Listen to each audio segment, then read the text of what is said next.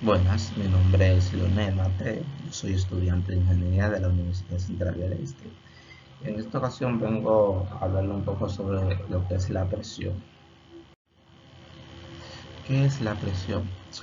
La presión es una magnitud física que expresa la fuerza ejercida por un cuerpo sobre la unidad de superficie. Su unidad en el sistema internacional es el pascal y se representa como P. Aquí tenemos la fórmula donde P es igual a F sobre A, donde F es igual a la fuerza normal de manera uniforme y A es el área de la superficie plana. Unidades de medida. Una de las unidades de medida de la presión es el pascal, como ven aquí. Este es uno de los instrumentos. Aquí vemos las unidades de medida en el sistema internacional para pascal. Aquí en la izquierda tienen lo que son los submúltiplos y en la derecha tienen los múltiplos. En la izquierda como submúltiplos, un ejemplo son algunos de estos son decipascal, centipascal, y pascal, micropascal, entre otros. Y a la derecha tenemos lo que son los múltiplos, que son decapascal, hectopascal, kilopascal, megapascal, etcétera. Estos son los usos comunes. Algunos de los usos comunes es el kilopascal, que es una unidad de presión que equivale a 1000 pascales.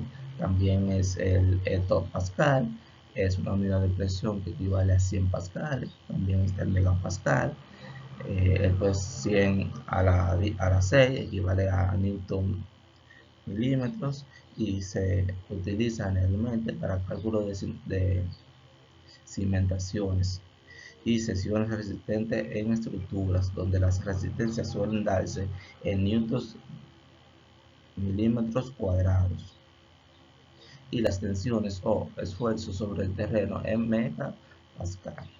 Aquí tienen lo que es la equivalencia de cada uno. Instrumentos para medir la presión. Aquí tenemos lo que es el barómetro, es un instrumento que mide la presión atmosférica. Otros son el monómetro y el vacuómetro. El monómetro es un instrumento para medir la presión de los fluidos basado en la igualdad de presiones en diversos puntos de un plano horizontal de un líquido en equilibrio. Monómetro de la columna líquida o en la deformación de metal por defecto de la presión. Monómetro de deformación.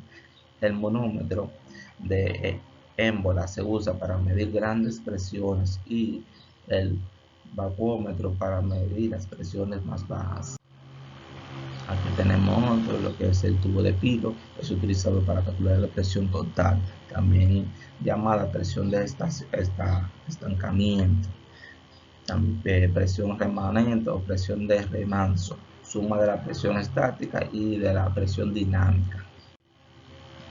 El manómetro es un aparato que sirve para medir la presión de fluidos contenidos en recipientes cerrados.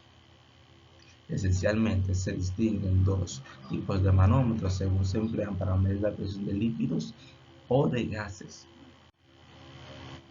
Tenemos un tipo de manómetro que es el manómetro de dos ramas abiertas, consiste en un tubo de vidrio doblado que contiene un líquido apropiado, mercurio, agua, aceite, entre otros.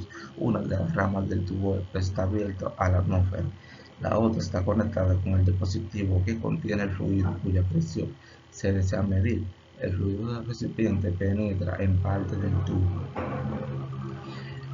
haciendo contacto con la columna líquida. Los fluidos alcanzan una configuración de equilibrio de la que resulta fácil reducir las presiones nanómetros en el dispositivo. Ahí ven una imagen de lo que ya se dijo a continuación. Manómetro truncado sirve para medir pequeñas presiones gaseosas desde varios torres hasta un torre. No es más que un barómetro de sifón con sus dos ramas cortas. Si la rama abierta se comunica con un dispositivo cuya presión supere la altura máxima de la columna barométrica, el equilibrio barométrico tiene la rama cerrada. Ahí vemos una imagen de lo que se dijo a continuación. Manómetro de Bourdon. El Bourdon es un mecanismo interno del Nanómetro consiste en un tubito hueco claro, curvado, que al introducirle presión tiende a enderezarse en un desplazamiento linealmente proporcional a la presión que se le ingresa. Se le acopla un dispositivo para transmitir el desplazamiento a una aguja que indica la presión, una escala impresa. Aquí ven la figura de frente y también vemos la figura por la parte de atrás, donde se muestra el mecanismo por dentro.